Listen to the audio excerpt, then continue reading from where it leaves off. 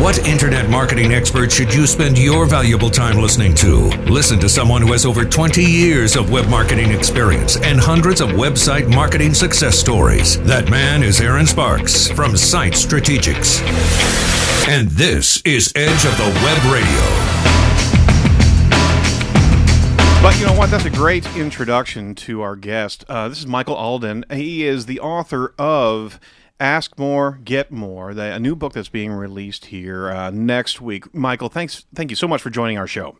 Thanks for having me, guys. Really appreciate it. Very, very entertaining so far. Well, it was, we like getting different guests on here, Michael, and you had caught my eye just because you come from a different world from the typical world that we're talking about. Mm-hmm.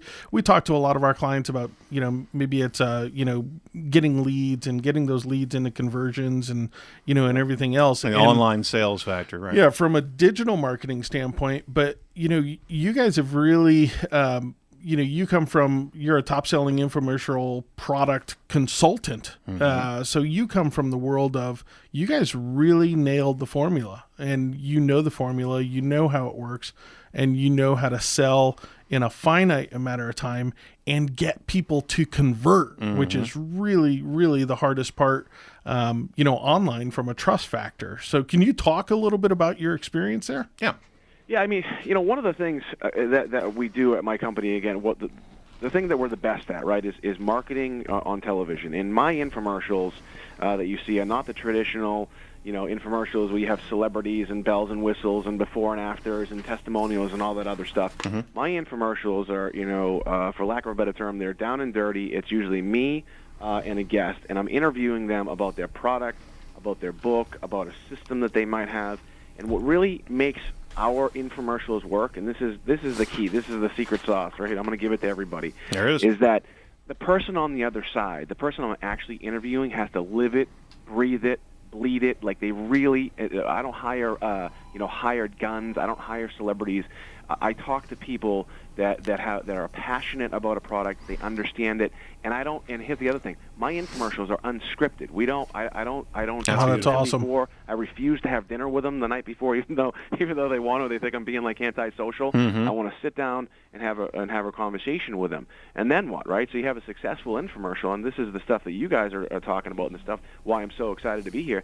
Now everything is moving away from the television and is going into, again, the digital landscape. It's not just, your desktop anymore. Mm-hmm. It is the, your smartphone and these other devices that are coming out in the tablets.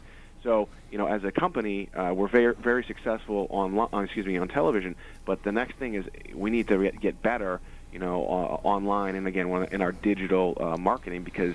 And believe it or not, my demographic is between 55 and 65, and a lot of them, are actually going and buying stuff off their tablet, off their cell phone, and it's remarkable what's happening right now. My mom's dating online right now. That's about the scariest thing ever. Thank goodness she's not listening. But it really is. And again, I was talking to you guys earlier about some of my experiences as far as really enjoying the watching television essentially on my iPad. Right.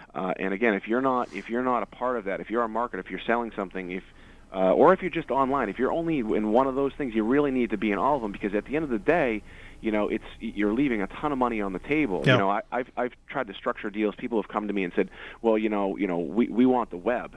And I say, well, if I'm going to put your product on TV and spend, millions of dollars a year, well, then we need the web too because, a certain percentage of that is going to come, a certain percentage of the sales is going to come from the web. Absolutely. Or, again, the broader spectrum, the digital side of things.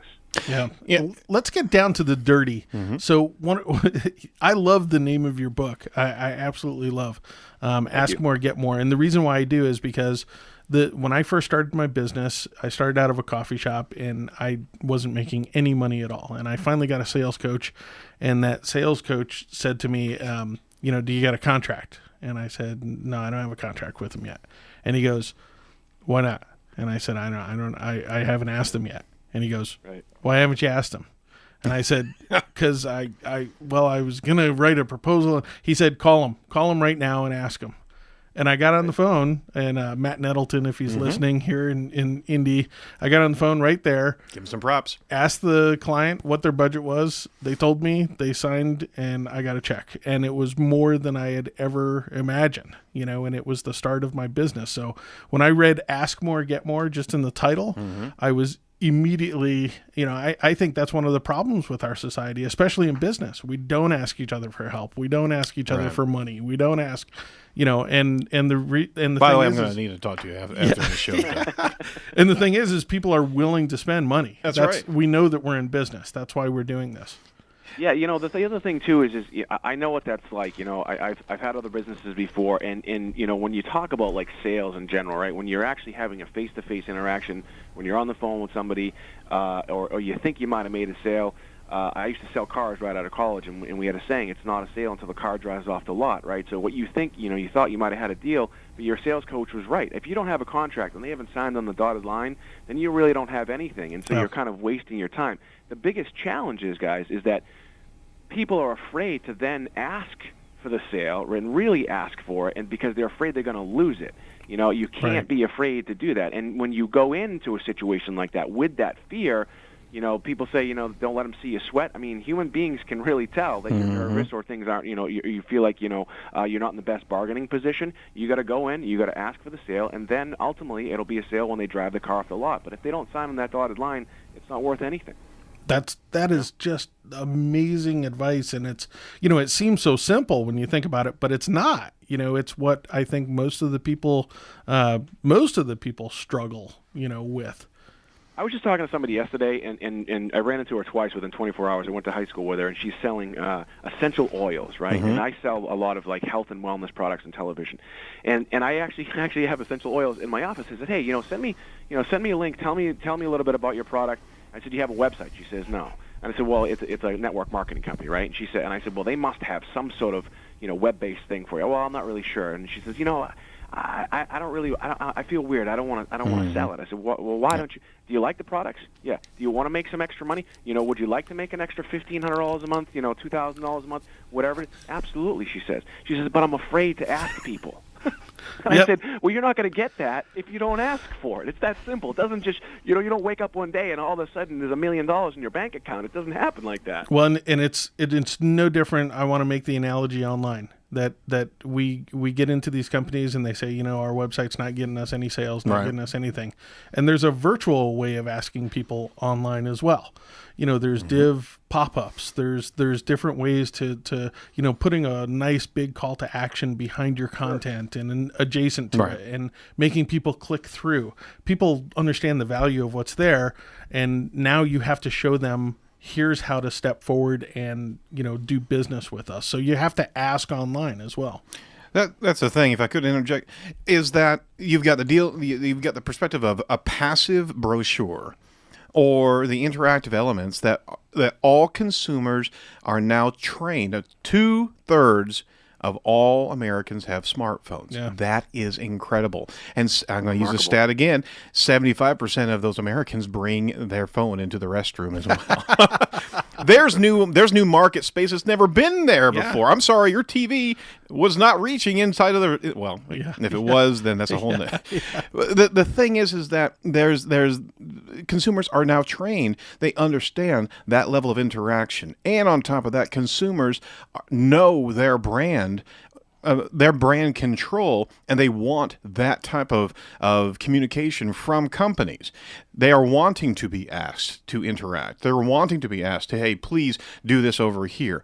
The days are gone where you've got a brochure of services, and then you're allowing the perusal of a customer.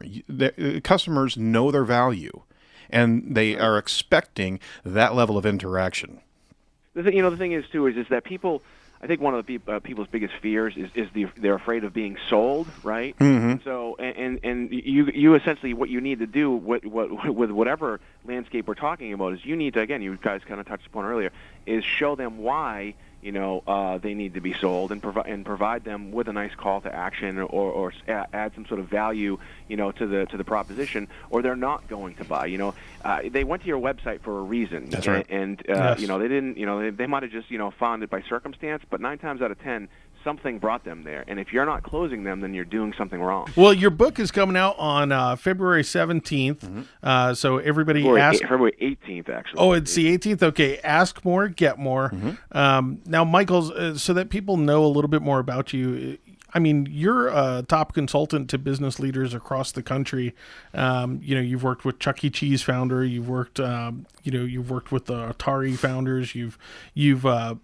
Obviously you've got the infomercials, consulting and the show that is going fantastic. But you came from humble beginnings, and that's what this book is about. It's really the inspiration behind entrepreneurship. Yeah, it's really it's the book has been a great journey to write. Originally, working title was "What Makes You So Different." I grew up in the projects, surrounded by crime, drugs, violence. My mother's HIV positive. My stepfather died of AIDS. My father was addicted to coke. One of my brothers died of an overdose. The kid I grew up with is in jail for life or murder.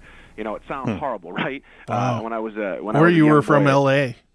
Yeah, exactly. And I'm from Beverly, Massachusetts, right? It doesn't. People say, but I say I grew up in the projects in Beverly, Massachusetts. They laugh. They say, well, have you ever been to Compton? Yeah. Compton, by the way, looks nice in the daytime, right? My place looked nice in the daytime too. It's when the moon comes up and the sun goes away is when things get really bad. Yeah. But I was one of those kids that stood in the separate line in elementary school, middle school, high school because my lunch was subsidized by the state. I was always yearning for more, and that's ultimately how this book came to what it is today. As a young child, I realized, I want more, and there's nothing wrong with wanting more. And so I asked for it, and I tell you, I was a bad kid, when I was younger, going down kind of the wrong path, but I was lucky that I had coaches and teachers and obviously my parents that helped me, again, ask for more, out of myself first, right? Yep. And then ask for more out of others, and then ultimately ask for more out of life. And that's really what my book is about. It's not about necessarily making millions of dollars like I have, but it's about, again, asking more out of life. And you guys have kind of touched upon it earlier. It's real simple, easy, and effective stuff. It's not complicated. It's really not.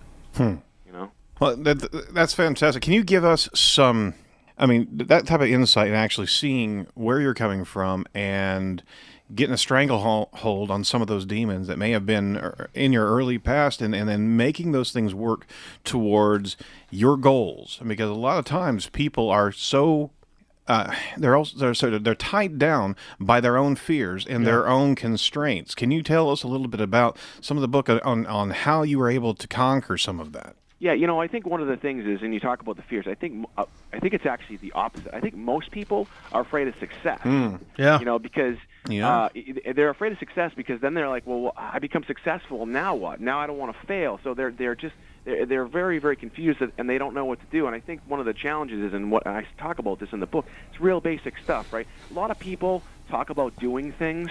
Hey, I want to go to college, right? Or I want to go get that car, or I want to buy that nice house. And that's all they do is they talk about it, right? Right. Well, what I talk about in my book is you actually need to do it, meaning you need to take action, right? It's the most basic fundamental thing. I say, look, whether you're 6 years old, 106 years old, whether you grew up in the projects or whether you're living in a house in Beverly Hills, the strategies and techniques in my book anybody can do, because what I tell people is I tell people to take the most valuable asset that they have. And what is that? That's themselves. That's all you really need to do is step back and say, am I really doing anything to try and achieve my goals, or am I just dreaming? Right? I tell people, I say, dreams are for sleeping. Yeah. Goals are for achieving. The only way you're actually going to be able to do something is you actually physically got to do it. And that's what makes me different from a lot of the kids that I grew up with and even some of my family members, because they sit back and they just think, it's just going to happen. It's never just going to happen. Exactly. And I think we live in a world where, unfortunately, I think we live in a world where people hand feed excuses to other people. Well, you can't do it because of this. It's rigged. Here in Indianapolis, Aaron and I talk a lot. He's got a successful business that the local leadership hasn't really discovered yet. Right? I'm kind of glad about that. Actually. Yeah. but and so he could hem and haw about it all day long. He's not. He's going out and finding great customers from across the nation and building out their presence, despite what's happening, I just love that message because it's a message of self-reliance and it's self-empowerment that you don't have to have millions of dollars. You don't have to have the loan. You don't have to have the grant. You don't have to have. You don't have to have the network. You don't have to win the game show. You don't have to. Right. You can really, just hard work, determination, and just push and push and push. And Aaron's agency is that way. My agency is that way. And that's what most successful people do, right? I actually call it excuse-tosis. That's what I call it. I say it's a disease that we're all infected with. And you know what? When I was a young child, I saw people that were injected with a fatal dose of this, and they just kind of gave up. They're disenfranchised. They don't know what to do. Right. The good news is about excuses is that you can stop at any time in your life and change it. Whether you're, again, 6 years old, 106 years old, whether you're living in a cardboard box, again, or whether you're in a mansion in Beverly Hills, once you stop actually making excuses, it's like I say this to people, and they say, well, hold on a second here. I was born, disabled, or this, that, and the other thing. I tell a story about a guy named Craig Dietz in my book. I actually saw it on that show ESPN 60. This guy was born with no arms and no legs, and he actually swims. Like, how is that possible? You should actually just go ahead and just Google him, or I tell the story in the book. He stopped making excuses. Once people stop making excuses and start blaming other people for where they're at in life, then things start to change. Because, again, I was a bad kid when I was younger. I did some bad things. I talk about it in the book. But once I became accountable for my own actions, there it is. Didn't blame my mother, my father, my brother, or anyone else around me for the situation I was in, and realized I'm here today because of the decisions I made. I need to start making better ones. That's when things start to change. And it's so simple. People just actually need to do it. That's fantastic. Michael, where can people find you online? Well, again, you can actually go to my website. It's actually michael-alden.com. Mm-hmm. If you just Google Ask More, Get More, it's available now for pre-order pretty much everywhere. It's on Amazon, Barnes & Noble, Hudson News. We're in every Barnes & Noble across the country. We're in every Hudson News location, which is, the airports and the train stations all across the country. You can pick up the book there. But here's what I'll ask people, right, in the spirit of Ask More, Get More. There you go. If you do actually want the book and you want to pick up the book, I'm going to ask people to actually wait until February 18th to actually buy the book. And why am I asking? I'll be very candid with you, because I'm trying to get the book released as a New York Times bestseller. Great. If you buy it right now, it's not going to help me. If you buy it on the 18th, it will. It's good strategy. That's it. Yeah, absolutely. Hold back and buy it. I mean, we'll even push on social to try to pull as many as we can in to hit that day. Your story is fantastic, Michael. And if you get to Indianapolis, me and Aaron will take you out for a steak. Absolutely. Oh, I'd love to do. In fact, I'm going to the Daytona 500. We actually sponsored a car in Daytona, and then also the race in Phoenix. So I'm pretty excited. I've never really been involved in NASCAR, so very cool. Pretty excited about that. Great. Can you give us a little bit of parting perspective into some self-promotion as you're going in and you're promoting this book itself? This is not your first book, correct? It actually is my first book. Yeah. Oh my gosh! Sure. I thought you had written something before. Congratulations! Fantastic. Yeah. So, what have thanks, you guys. learned? I mean, this publishing is a huge factor there. What have you learned quickly about just to champion your own voice in this space? Well, again, you guys have kind of touched upon it a little bit earlier. It's really about being everywhere as much as you can, right? Yeah. And there are so many different things you can do. You can blog. I think that which is one of the most important things. Content is king, right? Yeah. So if you can create content, the other thing too, again, as far as you can go offline, meaning, and I briefly touch upon this in the book, get involved in local community organizations, get involved in your local B&I group, volunteer, okay? The most successful people I know There you are. Volunteer. It's a time treasure, right, or talent, right? And I usually do all three. So if you volunteer, you're going to meet other successful people because that's what successful people do.